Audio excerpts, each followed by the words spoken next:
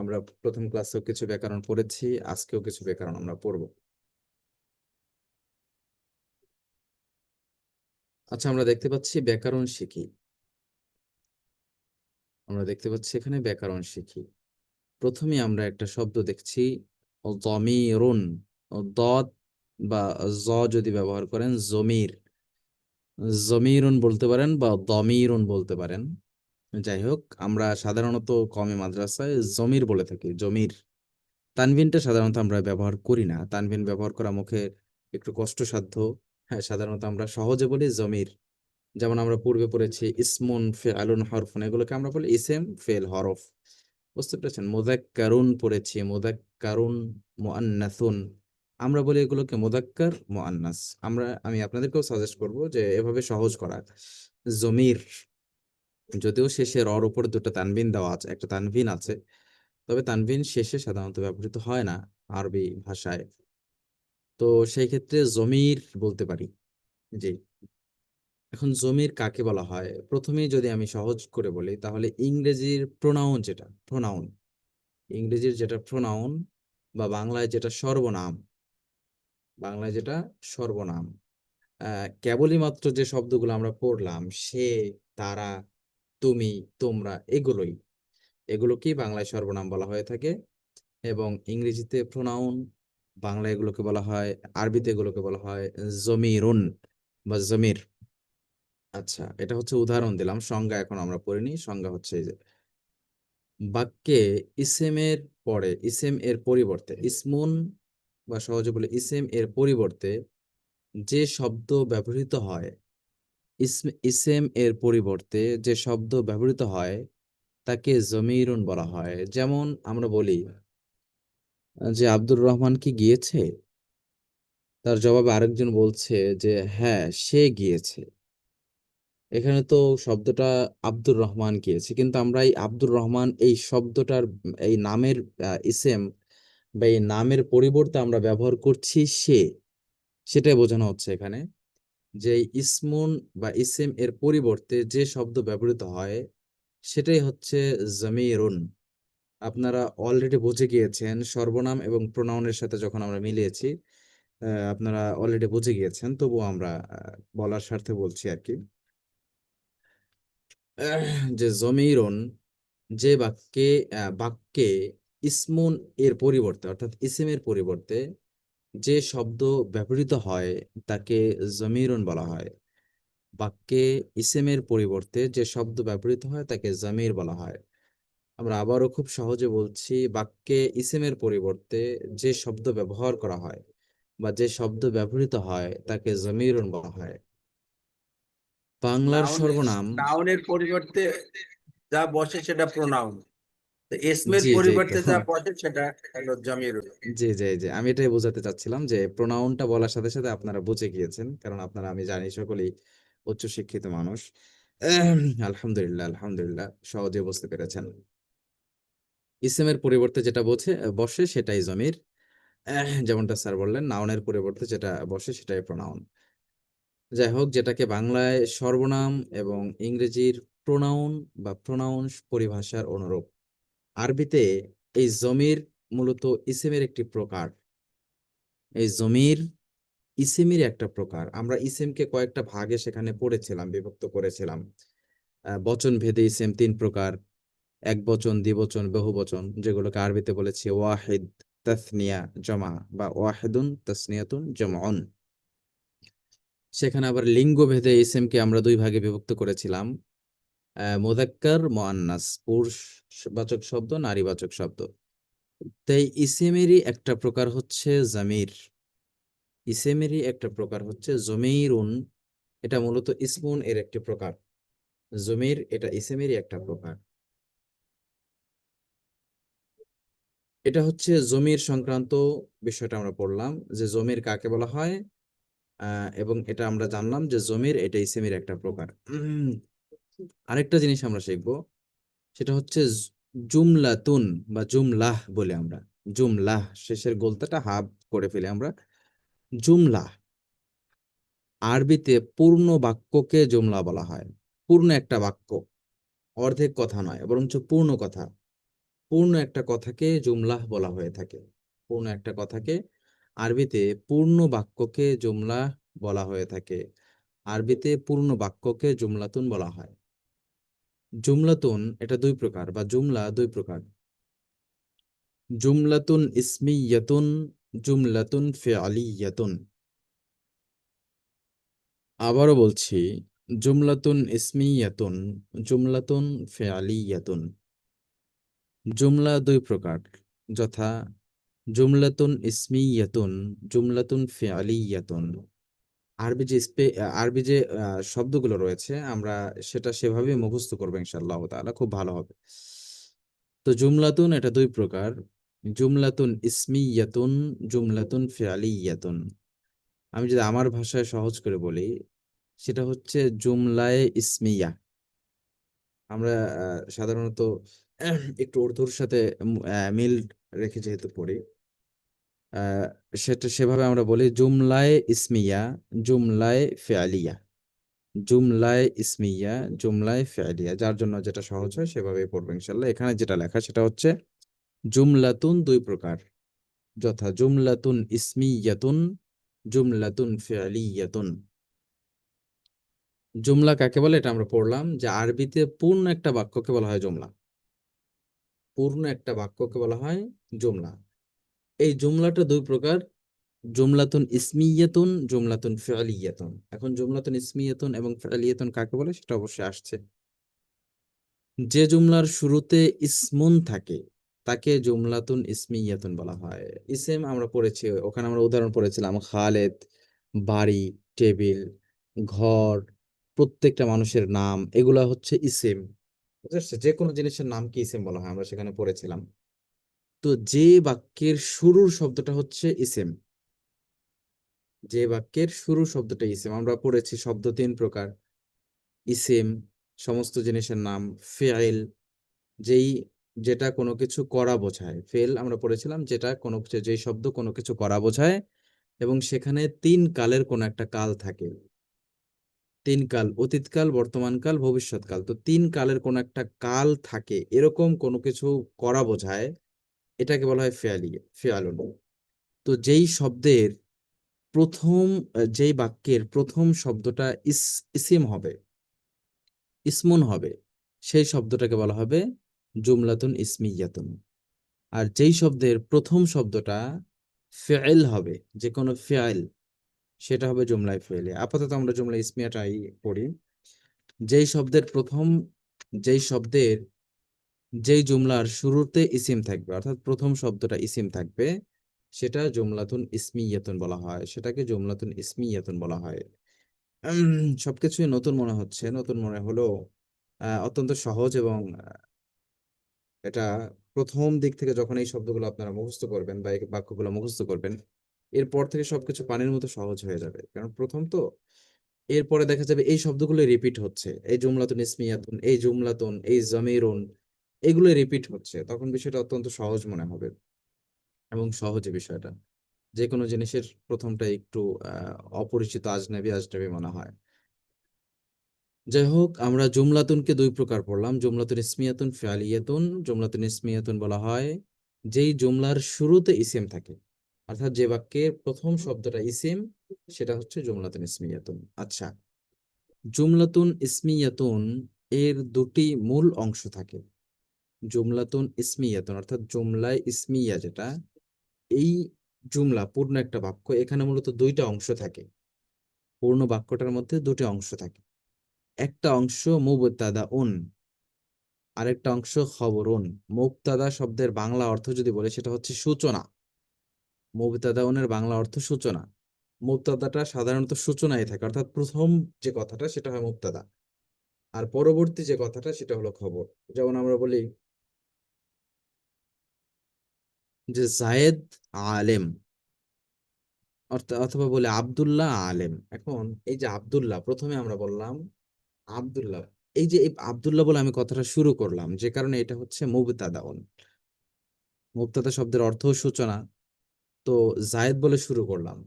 তো জায়েদ বলে যখন আমরা শুরু করলাম, তখন সকলেই, সমস্ত অডিয়েন্স অপেক্ষায় থাকবে যে জায়েদ কি, শুধু জায়েদ যখন আমি বলেছি তখন সব বলবে জায়েদ কি, জায়েদের ব্যাপারে কি কিছু বলতে চাচ্ছে, জায়েদ কে, তখন আমি একটা খবর দেব তার ব্যাপারে যে সে আলেম।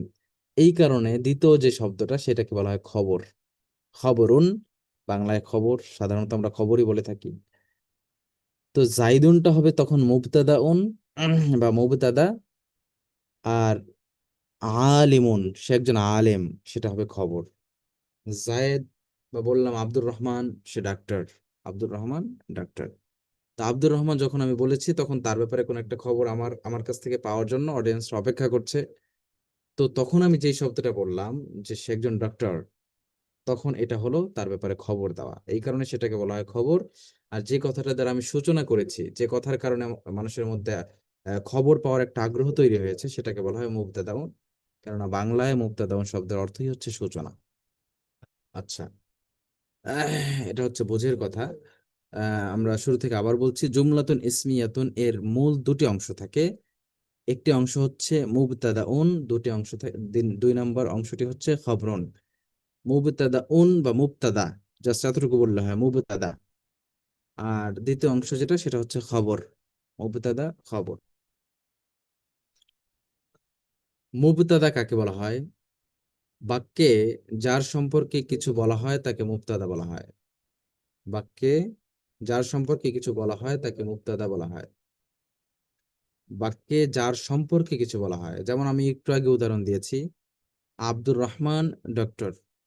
ডক্টর যে, এই বিষয়টা বলা হলো কার সম্পর্কে? আব্দুর রহমান সম্পর্কে। তো যার সম্পর্কে বলা হলো সে মুবতাদা, এই কারণে আব্দুর রহমান সে মুবতাদা। জায়েদ আলেম, আলেম যে, এটা বলা হচ্ছে কার সম্পর্কে? জায়েদের সম্পর্কে, যে কারণে জায়েদ হচ্ছে মুবতাদা। এখানে সেটাই বললেন যে বাক্যে যার সম্পর্কে কিছু বলা হয়, বাক্যে যার সম্পর্কে কিছু বলা হয় তাকে মুবতাদা উন বলা হয়।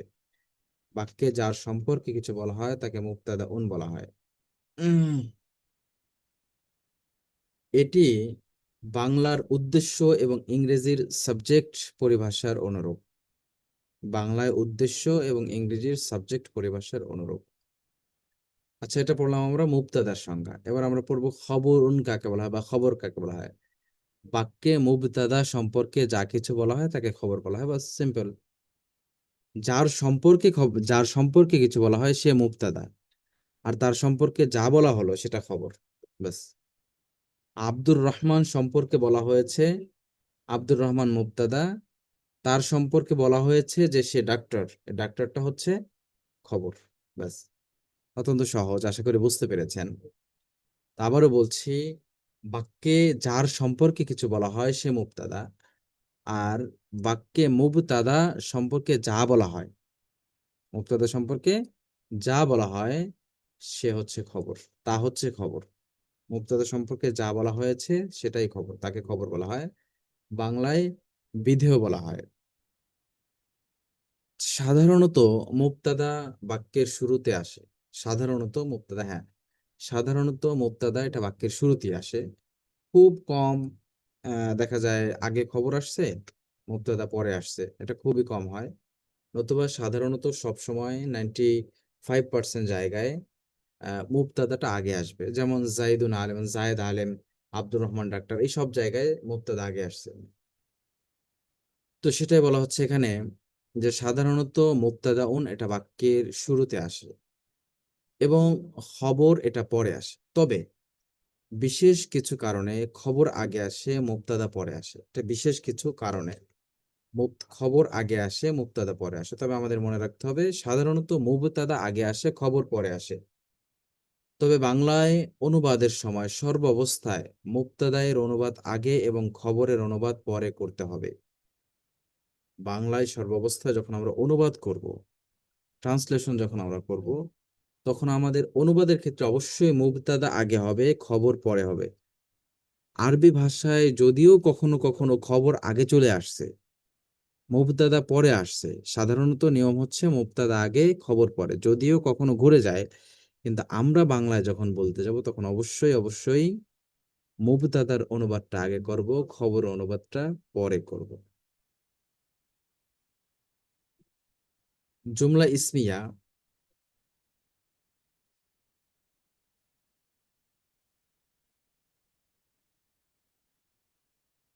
জুমলা ইসমিয়া বাক্যে মুবতাদা ও খবর ব্যতীত হাল, মুতাআল্লিক বিল খবর ইত্যাদি আরো কিছু অংশ থাকতে পারে, এগুলো বাক্যের অতিরিক্ত অংশ। আচ্ছা, সহজে বুঝি, আমরা জানি যে জুমলা ইসমিয়ার মধ্যে জাস্ট মুবতাদা এবং খবর থাকে। জুমলা ইসমিয়া একটু আগে যেটা আমরা বললাম যে জুমলা ইসমিয়ার দুটি অংশ থাকে। জুমলা ইসমিয়ার দুটি অংশ থাকে, একটি অংশ হচ্ছে মুবতাদা, দ্বিতীয় অংশটি হচ্ছে খবর। আচ্ছা, কোনো কোনো সময় এই মুবতাদা খবর ব্যতীত হাল, এই হালের সঙ্গে আপনারা পড়বেন। হাল শব্দের অর্থ আপনারা হয়তো অনেকে জানেনই, হাল মানে অবস্থা আর কি। মুতাআল্লিকুন বিল খবর, মুতাআল্লিক মানে সম্পৃক্ত, মুতাআল্লিক মানে সম্পৃক্ত, বিল খবর অর্থাৎ ওই মুবতাদার ব্যাপারে যে খবরটা দেওয়া হয়েছিল সেই সেই সেই সম্পর্কে আরো কোনো কিছু বলা হইতে পারে। যেমন আমরা বলছিলাম আব্দুর রহমান ডাক্তার, তো এইটার সাথে আবার এইটাও বলা হইতে পারে যে আব্দুর রহমান ডাক্তার ঢাকার বা ঢাকা মেডিকেলের, আব্দুর রহমান ডাক্তার সে পপুলার মেডিকেলের, এরকম কথা হইতে পারে। তো এই পপুলার মেডিকেলের যে কথাটা আমরা বললাম, যে ঢাকা মেডিকেলের যে কথাটা আমরা বললাম, এইটা হচ্ছে মুতাআল্লিকুন বিল খবর, খবরের সাথে সংশ্লিষ্ট কিছু বিষয়। মুতাআল্লিকুন বিল খবর, খবরের সাথে সংশ্লিষ্ট। তো এরকম খবরের সাথে সংশ্লিষ্ট কোনো কথা থাকতে পারে, অথবা হাল, অবস্থাগত কোনো কিছু থাকতে পারে। এটা হচ্ছে এগুলো বাক্যের অতিরিক্ত অংশ, এগুলো বাক্যের অতিরিক্ত অংশ। এই কথাটা এখানে বলেই আগে থেকেই বলে রাখলো যে কখনো ধারণা হতে পারে যে জুমলাতুন ইসমিয়াতুনের মধ্যে সম্ভবত শুধু খবর আর মুবতাদাই থাকে। না, বরঞ্চ জুমলাতুন ইসমিয়াতুনের মধ্যে মুবতাদা খবর অবশ্যই থাকতে হবে। তবে এই মুবতাদা খবরের সাথে আরো কিছু বিষয়, হাল, খবর, মুতাআল্লিকুন বিল খবর, এই সমস্ত বিষয় সেখানে থাকতে পারে। তবে এই বিষয়গুলো বাক্যের অতিরিক্ত অংশ। একটা জুমলাতুন ইসমিয়াতুন গঠন করতে গেলে এই হাল বা মুতাআল্লিকুন বিল খবরের প্রয়োজন হয় না। একটা জুমলাতুন ইসমিয়াতুন গঠন করতে গেলে অবশ্যই খবর এবং মুবতাদার প্রয়োজন হয়। তো এগুলোর যেহেতু প্রয়োজন হয় না, সেই ক্ষেত্রে আমরা বলবো এগুলো বাক্যের অতিরিক্ত অংশ। হ্যাঁ, এটা কথা হিসেবে অত্যন্ত প্রয়োজনীয় কথা, ভালো কথা, কিন্তু আমি যখন ব্যাকরণগত দিক থেকে তাকাবো তখন এটা একটা বাক্যের অতিরিক্ত অংশ। আচ্ছা, যে জুমলার শুরুতে ফেয়ালুন থাকে তাকে জুমলাতুন ফেয়ালিয়াতুন বলা হয়। যে জুমলার শুরুতে ফেয়ালুন থাকে, আমরা এই যে এটা ইতিপূর্বে বলেছি, জুমলার বাক্যের প্রথম অংশটা যদি ইসিম থাকে তাহলে এটা জুমলায় ইসমিয়া, বাক্যের প্রথম অংশ যদি ফেল থাকে তাহলে এটা জুমলায় ফেয়ালিয়া। বাক্যের প্রথম অংশ যদি ইসিম থাকে তাহলে জুমলা ইসমিয়া, বাক্যের প্রথম অংশ যদি ফেল থাকে তাহলে এটা জুমলায় ফেয়ালি। জি। একটা উদাহরণ কি দেওয়া যায়? জুমলাতুন জি, ফেলিয়ার একটা অবশ্যই দেওয়া উদাহরণ কি যেতে দেওয়া পারে। যায়? জুমলায় ফেয়ালিয়ার একটা উদাহরণ যদি আমি দেই, জি। তাহলে সেই উদাহরণটা হচ্ছে খেয়েছে আব্দুল্লাহ, বুঝতে পারছেন, অথবা করেছে সে, আমি করেছি, এরকম হইতে পারে আমি করেছি। এখানে দেখেন, আমরা যখন বলি যে আব্দুল্লাহ খেয়েছে, এটা যদিও প্রথমে ইসিম আসছে, প্রথমে তো আব্দুল্লাহ আসছে, তাহলে এটা তো জুমলায় ফেলে কিভাবে হলে প্রশ্নটা হতে পারে। কিন্তু আসলে আমি যদি এটাকে আরবিতে কনভার্ট করি, যেহেতু আমরা আরবি ব্যাকরণ পড়ছি, জায়েদ খেয়েছে এই কথাটা বাংলায় জায়েদের নাম আগে আসছে, কিন্তু আরবিতে এইটার অর্থ, এইটার আরবিটা হয় হলো আকালা জাইদুন। আকালা জাইদুন, আকালা শব্দের অর্থ হচ্ছে খাওয়া। তো আকালা জাইদুন, জায়েদ খেয়েছে, তাই দেখেন আকালা কিন্তু আগে আসছে, জায়েদ আসছে পরে। আকালা এটা একটা ফেল, জাহাবা একটা ফেল, জাহাবা শব্দের অর্থ যাওয়া। আরো সহজ যদি বলি, আজানা, আজান শব্দটা আমরা সকলেই পরিচিত, আজান শব্দটা আরবি শব্দ। আজান দেওয়া, এটার আরবি হচ্ছে আজানা। আব্দুল্লাহ আজান দিছে, এটার আরবি হচ্ছে আজানা আব্দুল্লাহ। তো প্রথমে আসছে আজানা, প্রথমে আসছে ফেল। তো এই জুমলাটা আজানা আব্দুল্লাহ, এইটার প্রথম শব্দটা হচ্ছে ফেল, যে কারণে এটা জুমলায় ফেয়ালিয়া। বাংলায় সেটা আগে আসতে পারে, কিন্তু আমরা যেহেতু আরবি ব্যাকরণ পড়ছি, অর্থাৎ আরবির ক্ষেত্রে আমরা ব্যবহার হবে এই বিষয়গুলো। তো সেই ক্ষেত্রে জুমলায় ফেলের উদাহরণ এটা, যে আযানা আব্দুল্লাহ, আযানা এটা ফেল, আযানা শব্দের অর্থ হচ্ছে আজান দিয়েছে। আমরা ফেলুন এর সংজ্ঞায় পড়েছি কোনো কিছু করা বোঝায়, এবং সেখানে তিন কালের কোনো একটা কাল বোঝায়। আজান দেওয়া এটা একটা কাজ, এটা করা। তো আজান দেওয়া করা বুঝাইছে, দিয়েছে অর্থাৎ সে আজান দিয়েছে ইতিপূর্বে, অতীত বোঝাচ্ছে। অর্থাৎ অথবা যদি বলে আজান দিচ্ছে, বর্তমান বোঝাচ্ছে। অথবা যদি বলে আজান দেবে, তাহলে ভবিষ্যৎ বোঝাচ্ছে। এরকম তিন কালের কোনো এক কালও বোঝাইতেছে এখানে এবং কোনো কিছু করাও বোঝাচ্ছে, এটা ফেল। তো এই সহজে যেই কালিমা অর্থাৎ যে বাক্যের প্রথম অংশটা ফেল থাকবে সেই বাক্যটা হচ্ছে জুমলাতুন ফিআলিয়াতুন। যে বাক্যের প্রথম অংশ ফেল থাকবে সেটা জুমলাতুন ফিআলিয়াতুন। এখন ইসিম যেটা জুমলা ইসমিয়া, এইটা যেমন দুটি অংশ নিয়ে গঠিত হয়, মুবতাদা খবর, ঠিক তেমনি ভাবে জুমলায় ফেলিয়াও দুটি অংশ নিয়ে গঠিত হয়। একটা ফেলুন অর্থাৎ কাজ, একটা ফাইলুন অর্থাৎ কর্তা, যে কাজটা করছে। ফেলুন মানে কাজ, যেমন আযানা, আজান দাও একটা কাজ। আব্দুল্লাহ, আব্দুল্লাহ আজান দিছে, তো আব্দুল্লাহ হলো ফাইল। অবশ্যই জুমলায় ফেলে গঠন করতে হলে এই দুইটা জিনিস লাগবে। একটা হলো কোন একটা কাজ লাগবে, আর ওই কাজ করার মতো কোনো মানুষ লাগবে, অর্থাৎ কাজের একজন কর্তা লাগবে। জাহাবা জাইদুন, জায়েদ গিয়েছে, যাওয়াটা একটা কাজ, যাওয়ার মানুষটা জায়েদ।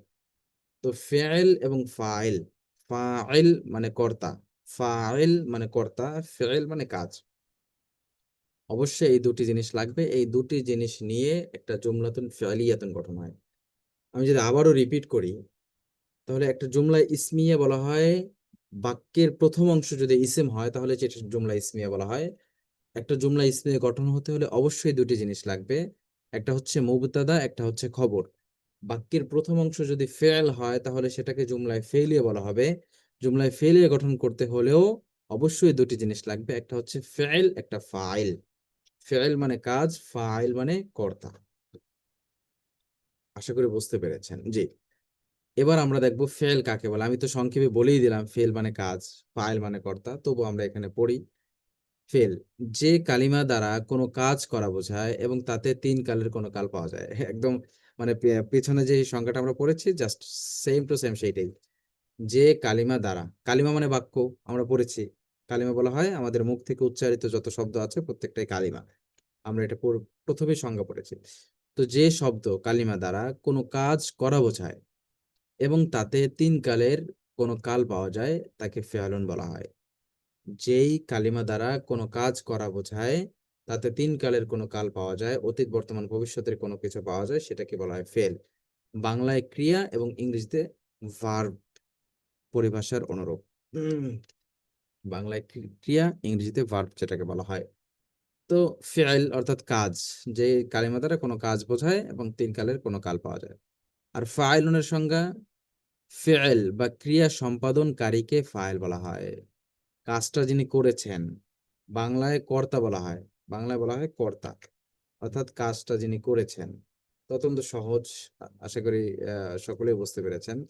তো ফেলুন যেই কালিমা দ্বারা কোনো কাজ করা বোঝায় এবং তাতে তিন কালের কোনো কাল পাওয়া যায় তাকে ফেলুন বলা হয়। আর ফাইল বলা হয় কাজের কর্তাকে।